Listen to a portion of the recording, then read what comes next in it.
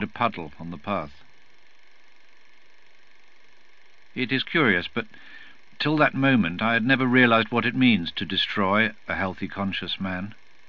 When I saw the prisoner step aside to avoid the puddle, I saw the mystery, the unspeakable wrongness of cutting a life short when it is in full tide. This man was not dying. He was alive, just as we were alive.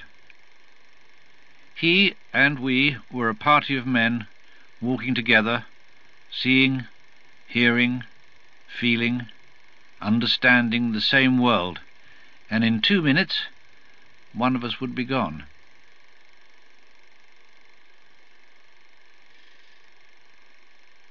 One mind less, one world less. It seemed to me worse than 1,000 murders.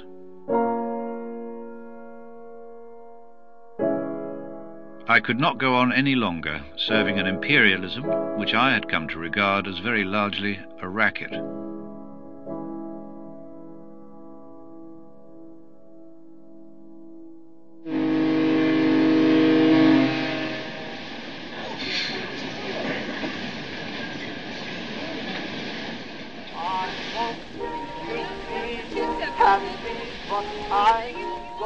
When I came home on leave in 1927, I was already determined to throw up my job. For 5 years I was part of an oppressive system, and it had left me with a bad conscience.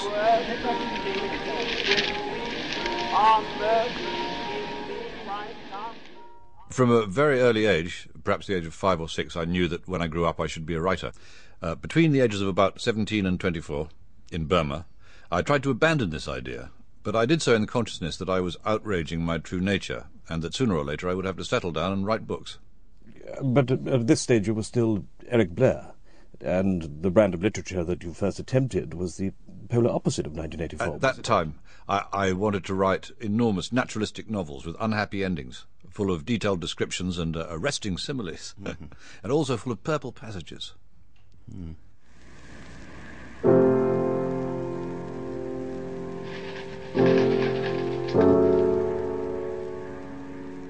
By the winter of 1928, after 6 months of writing, Blair hadn't sold so much as a sentence. Holed up in a miserably cold studio here in West London, he was struggling with both his art and a physical handicap. Since childhood, he had suffered from frequent chest infections. By his mid-20s, that had developed into a chronic illness, possibly TB.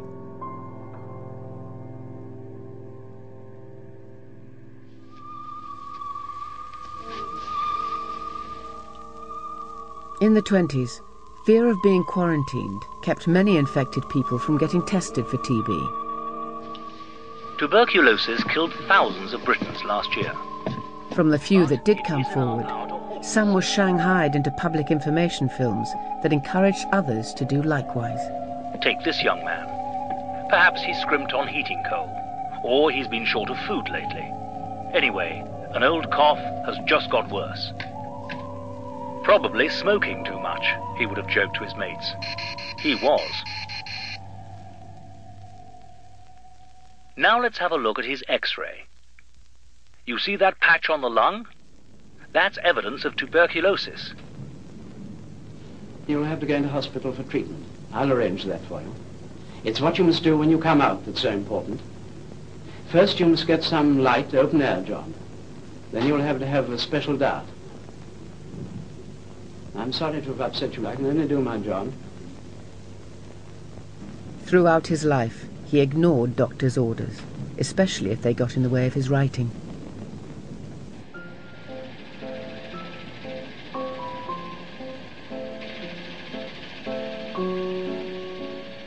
During 1928-29, I lived in Paris, writing a novel which no one would publish and which I afterwards destroyed. But at that time, failure seemed to be the only virtue. When my money ran out, I worked for a time as a dishwasher in an hotel. I lived mostly from hand to mouth and went hungry on several occasions. I was very happy. Here I was at the lowest of the low.